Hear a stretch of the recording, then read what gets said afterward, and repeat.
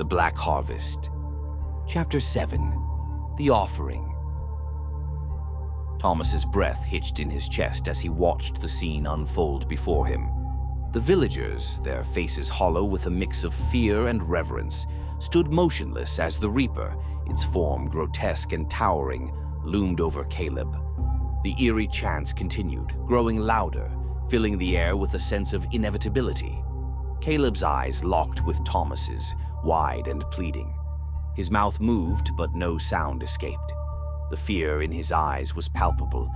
He knew what was happening, and there was no escape.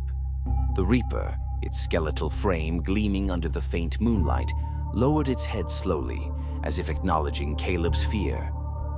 "The harvest must be paid," one of the villagers whispered, his voice thick with dread.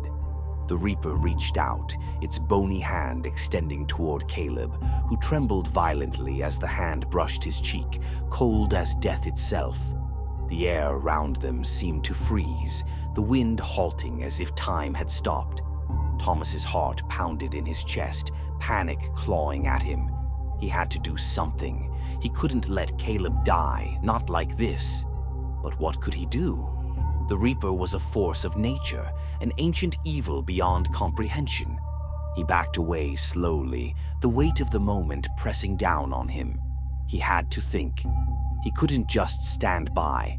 He had to stop it. As Thomas turned to leave, a twig snapped beneath his foot, the sharp sound shattering the silence. The villagers turned as one, their faces twisting in unison with a shared understanding. They had seen him. They had felt him. "Get him!" one of the villagers shouted, his voice rising with panic. The Reaper turned its head, its hollow eyes locking onto Thomas with terrifying precision. It moved with inhuman speed, its skeletal limbs extending like dark tendrils toward him. Thomas didn't hesitate. He ran.